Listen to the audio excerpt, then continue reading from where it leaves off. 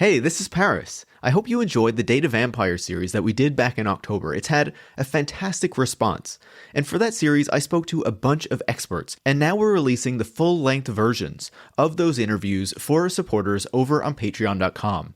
And I wanted to give you a preview of what those interviews sound like, so you can consider whether to go to patreon.com/techwon'tsaveus, become a supporter yourself, so you can learn even more about the important topics that we dug into in that special series. So enjoy this clip from my interview with Dan McQuillan. I feel like on the narrative side of things, as you're talking about, right, there's this idea of, on the one hand, you have these technologies that are inherently powerful and that can do so many things that we didn't think that they could do before, right? And a lot of that is deception and not realized in the actuality of the technology. But then we also have kind of the term artificial intelligence and how it suggests a lot of different things, but also is this kind of broad overarching term for many different forms of technology that can just be deployed, whichever way people think. I wonder about what you think more about that narrative side of things and how it is deployed by these tech companies for their own benefit, really, and to try to cover over those harms that you're talking about. I mean, I would generally refer to AI as as you say, as a huge blanket term. I tend to pick on things that are based on some form of deep learning onwards, so sort of neural networks and their works, which includes sometimes called discriminative AI, things like image classification or recognition, and then on up to generative AI and it's, text generation or image generation, whatever.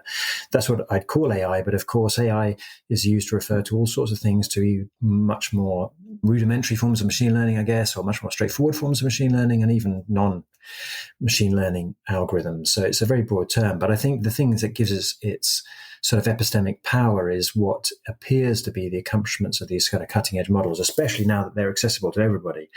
Before there were just sort of abstract claims in the, let's say, in the mediascape about this powerful thing called AI. And then, there's the phenomenon of something like self-driving cars or, allegedly self-driving cars that, so there are videos of, vehicles that seem to be able to steer themselves. We all know that hasn't gone particularly well, but, it's still something that seems very sci-fi. That's essentially what it is. It's tapping into those sci-fi agendas that we've all been sort of pre-inoculated with through various kind of media and movies and what have you, and in literature.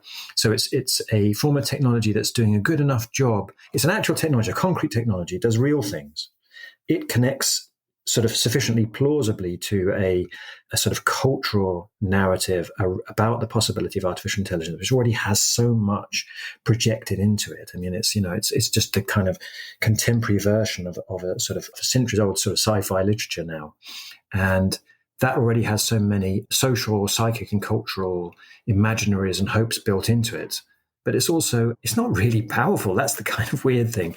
This is a little bit of as they say, a pet peeve of mine, but it seems that even in the space of, let's say, sociological or journalistic critique of AI, people feel almost obliged to preface their statements with, of course, AI is incredibly powerful and will definitely deliver benefits, and I'm just not seeing it. I mean, AI is essentially a bullshit technology. I mean, it's very sophisticated and can definitely do some computational things that I never thought were possible, but that's still not the things it claims to do.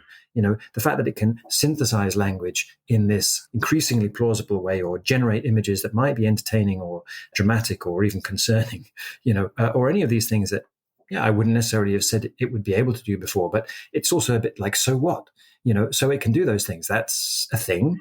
That's not the same thing as delivering healthcare. It's not the same thing as planning economy. It's certainly not the same thing as detecting cancer. I mean, none of these things are actually done by these computational tricks. So AI is essentially, I would say, a bit of at the moment, because of the amount of investment and commitment and sort of strategic sort of weight put on AI, I would say it kind of amounts to a sort of international Ponzi scheme, really.